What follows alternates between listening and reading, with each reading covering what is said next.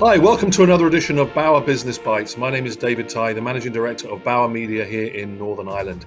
And each week we catch up with an innovator in business. And I'm really pleased to say that this week's guest is Darragh Cullen, who's the Managing Director of Edge Innovate. Darragh, welcome to Business Bites this week. Good morning, David. Nice to be here.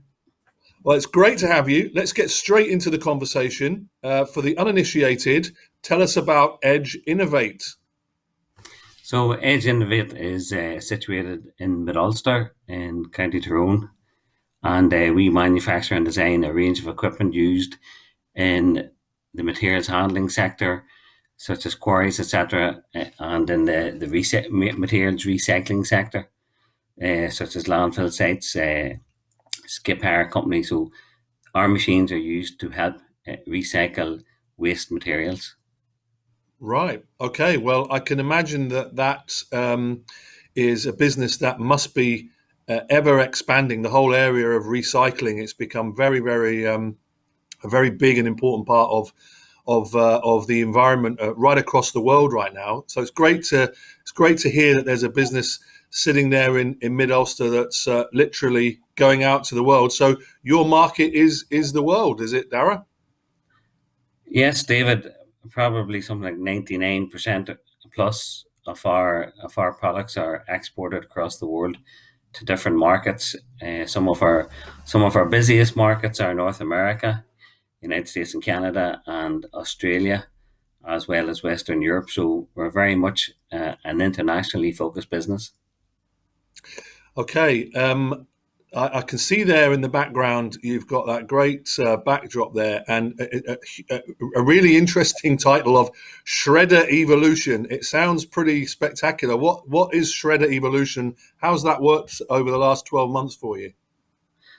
So that's a new product, Dave, that we launched at the show exhibition in Las Vegas last March, which seems like a lifetime ago. That was just as COVID came to our business and came to the world. But basically, that machine shreds up waste.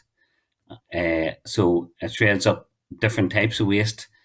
So basically, to recycle waste, you have to shred that material into a range of different sizes so it can continue on in the recycling process. So if you put in general waste into that machine, it'll shred up, for example, doors and windows and large components into a smaller size so that it can continue on the recycling process. And over the last 12 months, obviously, with a lot more people staying in and not going out as much, have businesses has the world environment got more got more stuff to recycle or less stuff to recycle? Because I'm quite confused about what the impact of the last 12 months would have been on the kind of the whole area of recycling. Well, I suppose that has had some sort of an impact in terms of the volumes, but probably more volumes in terms of uh, home recycling because most people are at home. Commercial waste probably reduced to a certain extent during the initial lockdown period, but since things have opened up, recycling has been growing. But the volume of materials to be recycled is really dictated by government legislation in any given country. So if you've got there's a high level of legislation within the United Kingdom and Western Europe, and less so in other countries. So the amount of recycling is primarily dictated by the government saying this is how much we're going to tax per ton for waste going into landfill. So that is the primary driver of the amount of materials that should be recycled in any given economy, and therefore that drives the demand for our products in any given economy.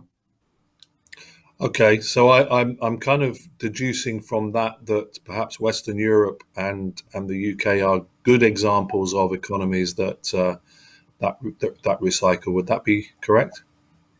Absolutely. Western Europe and suppose historically places such as Scandinavia have really been at the forefront of driving government legislation to increase the amount of waste materials to prevent them going to landfill and to make sure that they're recycled. So Western Europe, UK are really at the forefront of that legislation, but other economies are catching up fairly quickly. Australia in particular have implemented a lot of new legislation in the last few years, and that has driven up the demand for our products in that particular territory.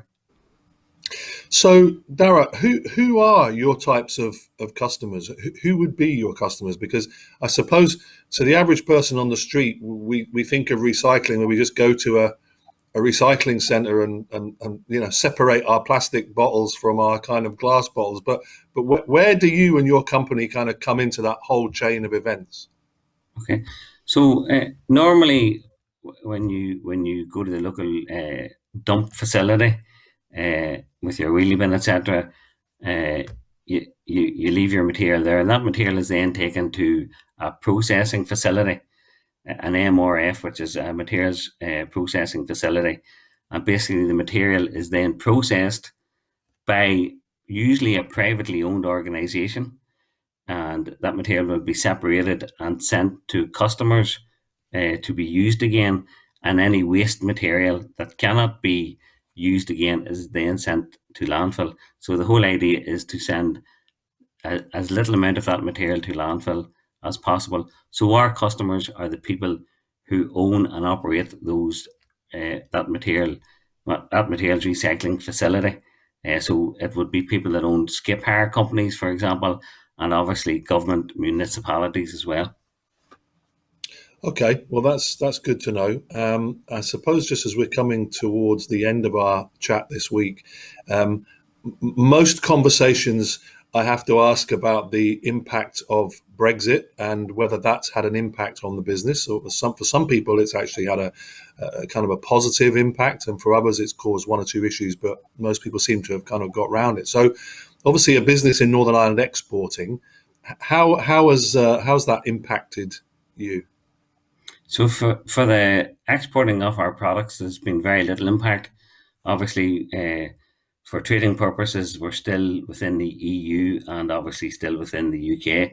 So there's been no real impact in terms of the sales of our products.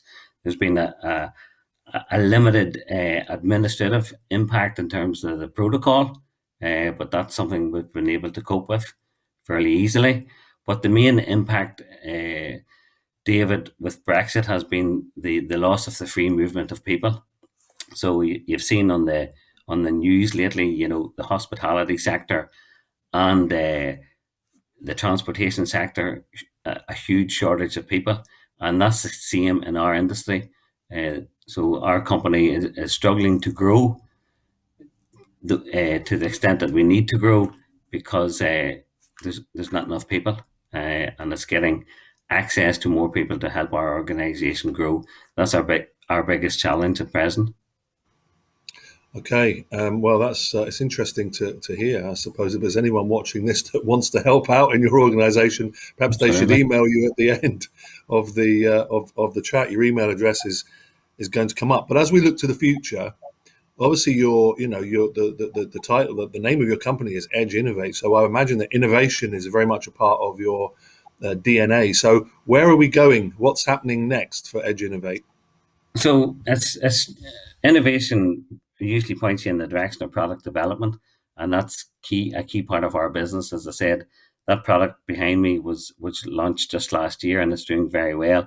And we are working on a family of products that we're going to bring to the marketplace in the future. But innovation, as you know, isn't just about product development. It's about lean manufacturing. It's about all the tricks that you can bring to the table to try and improve your business. And we try to live by the name of our business on a day and daily basis, David. Well, Darragh, it's been absolutely brilliant to meet you, and we wish you and all the team at Edge Innovate continued success exporting from Northern Ireland to the world. And it's been interesting finding out all about how the business works. Thank you for being our guest this week. Thank you, David.